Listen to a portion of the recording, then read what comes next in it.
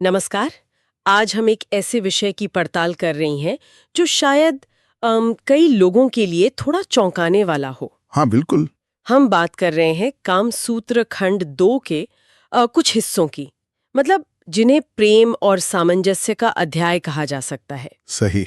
अक्सर देखो, कामसूत्र का नाम सुनते ही लोगों के दिमाग में सिर्फ वो शारीरिक प्रेम की तस्वीर आती है। हाँ, ये आम धारणा है। लेकिन ये अंश जो हमारे पास स्रोत हैं खंड 2 के, ये वात्स्यायन के एक बिल्कुल अलग, मतलब बहुत गहरे नजरिए को सामने रखते हैं। सही। यहाँ जोर आत्माओं के मेल पर है, आपसी समझ, संवाद और संतुलन पर है ना। बिल्कुल। ये अंश प्रेम को महज एक शारीरिक क्रिया से कहीं कहीं आगे ले जाते हैं। ये तो आत्मा से आत्मा तक के सफर की बात करते हैं। एक ऐसी समझ जो पारंपरिक धारणाओं से काफी ज्यादा सूक्ष्म और गहरी है। और देखिए, हमारी आज की बातचीत का मकसद वात्स्यायन की इसी दृष्टि को समझना है कि प्रेम असल में तैयारी है, एक खास किस्म की लय है, संवाद, विश्वास और फिर आखिरकार एकात्मता। एक पूरी यात्रा है ये। हाँ, और ये देखना वाकई दिलचस्प होगा कि कैसे ये प्राचीन ग्रंथ प्रेम को शरीर के दायरे से निकालकर आत्मा के स्तर पर ले जाता है। सही है। तो चलिए इस सोच के ताने बाने को खोलते हैं। ये विचार कि प्रेम शब्दों के बिना भी एक गहरा संवाद हो सकता है, ये अपने आप में कितना आकर्षक है। तो शुरुआत होती है प्राचीन वाराणसी के माहौल के जिक्र से। बताया गया है कि जब दो लोग मिलते हैं तो सिर्फ उनके शरीर नहीं मिलते, नहीं, बल्कि उनकी सांसें, उनके विचार, उनकी ऊर्जा की लय भी एक होने लगती है। सही कहा। और यही वात्स्यायन का एक बहुत महत्वपूर्ण कथन आता है। वो कहते हैं, संभोग केवल क्रिया नहीं, संवाद है। संवाद, एक ऐसा संवाद जो शब्दों से परे होता है। ये पंक्ति आप देखिए पूरी चर्चा की नींव रखती है। ये संवाद सिर्फ बातों का नहीं है, अच्छा, ये एहसासों का है, ऊर्जाओं का है। यहीं पर वो प्रकृति और पुरुष के मिलन का जिक्र आता है। प्रकृति और पुरुष, हाँ, ये शब्द अक्सर सुनते हैं, पर आप इसे थोड़ा और समझा सकते हैं। शायद सभी श्रोता इसके गहरे अर्थ से वाकिफ ना हो। जरूर जरूर। देखिए, यहाँ प्रकृति का मतलब है वो ऊर्जा जिसे स्त्री तत्व या धरती की तरह स्थिर और ग्रहणशील माना गया है। धरती की तरह। और पुरुष यानी वो ऊर्जा जो आकाश की तरह गतिशील है, सक्रिय है। पर यह सिर्फ स्त्री पुरुष की बात नहीं है। अच्छा, ये हर व्यक्ति और पूरी सृष्टि में मौजूद इन दो तरह की ऊर्जाओं की बात है, मतलब स्थिरता और गतिशीलता। ग्रंथ कहता है कि जब ये दोनों ऊर्जाएं संतुलन में आती हैं, एक सामंजस्य बनाती हैं, हाँ, तभी सृष्टि का असली संगीत पैदा होता है। ये महज शारीरिक मिलन नहीं, ये ऊर्जाओं का संतुलन है, उनका सामंजस्य है। यानी मिलन से पहले एक तरह की आंतरिक तैयारी और संतुलन जरूरी है। बिल्कुल।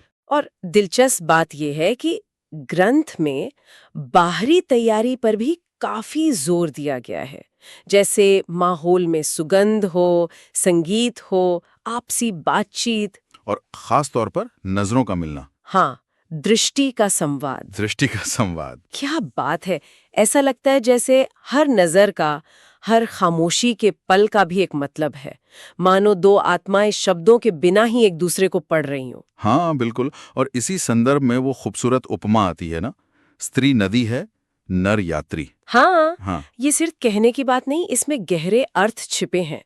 नदी की तरह धैर्यवान, ग्रहणशील, और यात्री की तरह सम्मान और संयम बरतने वाला।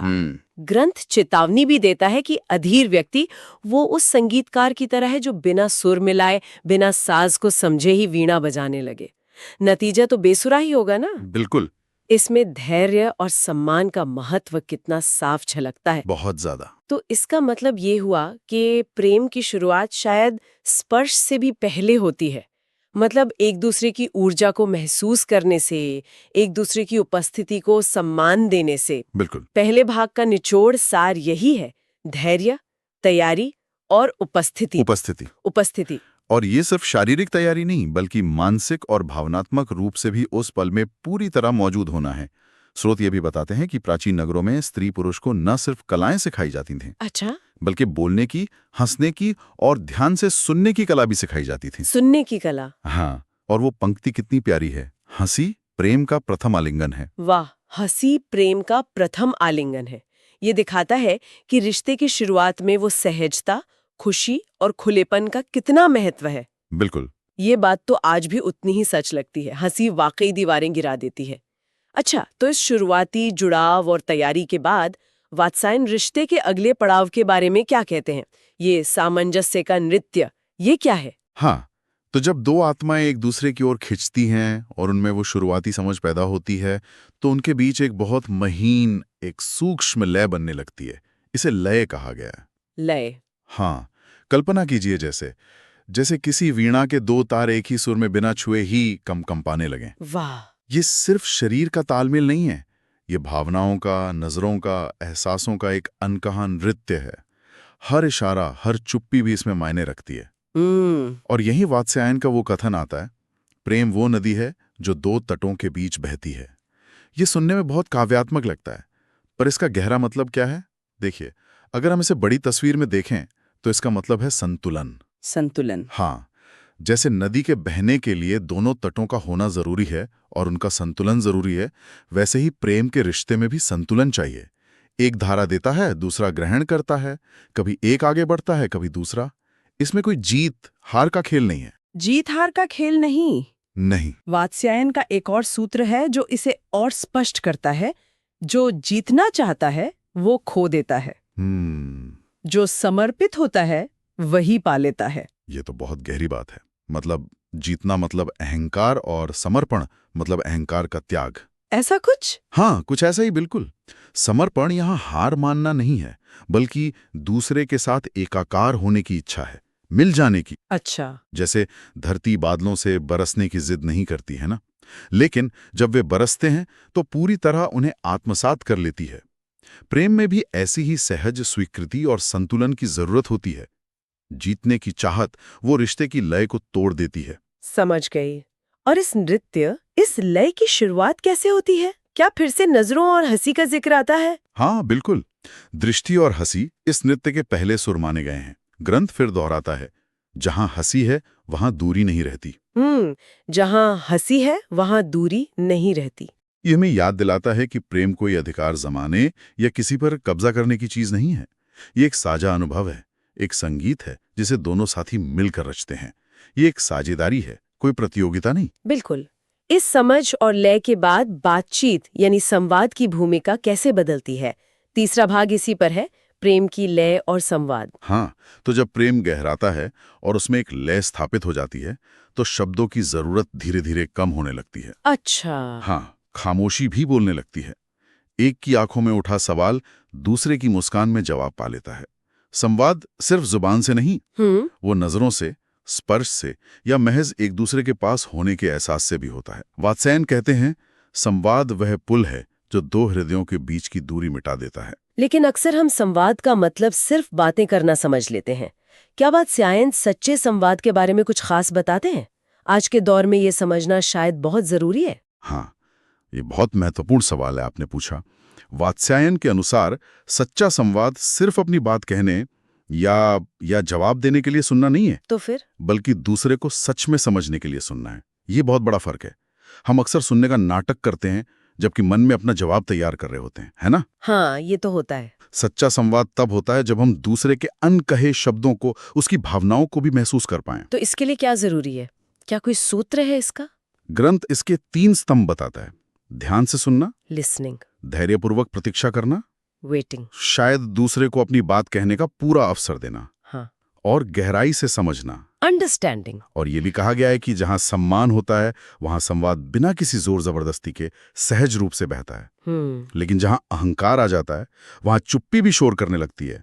मतलब वो अनकही कड़वाहट, शिकायतें वो रिश्ते में जहर घोल देती हैं। सही बात है। इसलिए संवाद में करुणा का होना बहुत जरूरी बताया गया है। करुणा एक ऐसी धारा है जो गलतफहमियों को बहा ले जाती है। ये बातें सुनने में जितनी सरल लगती हैं, अमल में लाना उतना ही मुश्किल, खासकर जब भावनाएं हावी हो। अच्छा, इस गहरे संवाद और समझ से फिर विश्वास का जन्म कैसे होता है? चौथा भाग इसी पर है, विश्वास और समर्पण का अध्याय। देखिए, जब संवाद सच्चा और गहरा होता है तो विश्वास अपने आप धीरे धीरे पनपने लगता है। विश्वास कोई ऐसी चीज नहीं जिसे मांगा या दिया जा सके। नहीं, ये एक अनुभव है जो समय के साथ धीरे धीरे दिल में जड़ें जमाता है। ये तब पैदा होता है जब हमें यह एहसास होता है कि हमें वैसे ही स्वीकार किया जा रहा है जैसे हम हैं, हमारी अच्छाइयों और कमियों के साथ, बिना किसी शर्त के। बिना शर्त के। हाँ, ग्रंथ कहता है कि जहां डर है वहां प्रेम कभी पूरा नहीं हो सकता। विश्वास डर को खत्म करता है। और समर्पण, ये शब्द अक्सर गलत समझा जाता है ना, खासकर आज के जमाने में जहां आत्मनिर्भरता पर इतना जोर है। क्या यहाँ समर्पण का मतलब अपनी पहचान खो देना है? नहीं, बिल्कुल नहीं। वात्स्यायन के संदर्भ में समर्पण का अर्थ हारना या अपनी पहचान मिटा देना नहीं है। तो क्या है? इसका मतलब है अपने अहंकार को, अपने मैं को थोड़ा पीछे रखना, ताकि हम की भावना पनप सके। हम की भावना। हाँ, जैसे एक छोटी नदी समुद्र में मिलकर अपनी पहचान खोती नहीं, बल्कि और विशाल हो जाती है, वैसे ही समर्पण में व्यक्ति सीमित नहीं होता, बल्कि उसका अस्तित्व और फैलता है। ये वो अवस्था है जब मैं और तुम का फर्क मिटने लगता है और हम का एहसास गहरा होता है। जब मेरा और तेरा की सोच खत्म होकर सिर्फ हमारा रह जाता है। तो विश्वास और समर्पण ये एक तरह से अहंकार को गलाने की प्रक्रिया है। हाँ, आप ऐसा कह सकती हैं। बिल्कुल, वात्स्यायन का सूत्र है, विश्वास वो पुल है जो हृदयों को जोड़ता है और समर्पण वो मार्ग जो आत्माओं को एक करता है। वाह! जब विश्वास पुल बन जाता है और समर्पण रास्ता, तब प्रेम महज एक भावना न रहकर एक पवित्र अनुभव बन जाता है, लगभग भक्ति जैसा। ये सोचना ही अद्भुत है कि प्रेम को इस तरह एक आध्यात्मिक यात्रा के रूप में देखा गया है। इस यात्रा का अगला मुकाम क्या है? 5वां भाग है एकत्व और अनुभूति का मार्ग। क्या यहाँ आत्माएं सचमुच एक हो जाती हैं? एकत्व या वननेस की अवस्था। हाँ, ये प्रेम की सबसे गहरी और शायद सबसे रहस्यमयी अवस्था है। जब विश्वास और समर्पण पूरी तरह स्थापित हो जाते हैं, तो प्रेम सिर्फ एक रिश्ता नहीं रहता, वो एक अनुभूति, एक एक्सपीरियंस बन जाता है। अनुभूति। हाँ, दो अलग अलग वजूद का एहसास मिट जाता है। वात्स्यायन का एक बहुत गहरा कथन है, जो प्रेम में स्वयं को खो देता है वो स्वयं को पा लेता है। स्वयं को खोकर स्वयं को पाना, ये थोड़ा विरोधाभासी सा लगता है। इसका क्या मतलब है? इसका मतलब है अपने छोटे मैं से, अपने अहंकार से मुक्त होकर अपने सच्चे विशाल स्वरूप को अनुभव करना। अच्छा, इस अवस्था में प्रेम एक तरह का ध्यान बन जाता है, मेडिटेशन। हर सांस, हर धड़कन उसी एकत्व के एहसास से जुड़ जाती है। समय जैसे ठहर जाता है, मन पूरी तरह शांत हो जाता है। यह अनुभव शब्दों से परे है। सच्चा मिलन वात्स्यायन के अनुसार इसी गहरे मौन में होता है। तो प्रेम की भाषा तुम मेरे हो से हम एक है तक पहुंच जाती है। हाँ, और शायद उससे भी आगे। वात्स्यायन कहते हैं, जो इस एकत्व का अनुभव कर लेता है वो कभी अकेला नहीं रहता। कभी अकेला नहीं रहता। क्यों? क्योंकि ये एकत्व सिर्फ दो व्यक्तियों के बीच का नहीं रह जाता। ये एहसास फैलता है। व्यक्ति पूरी सृष्टि के साथ, पूरे ब्रह्मांड के साथ एक जुड़ाव महसूस करने लगता है।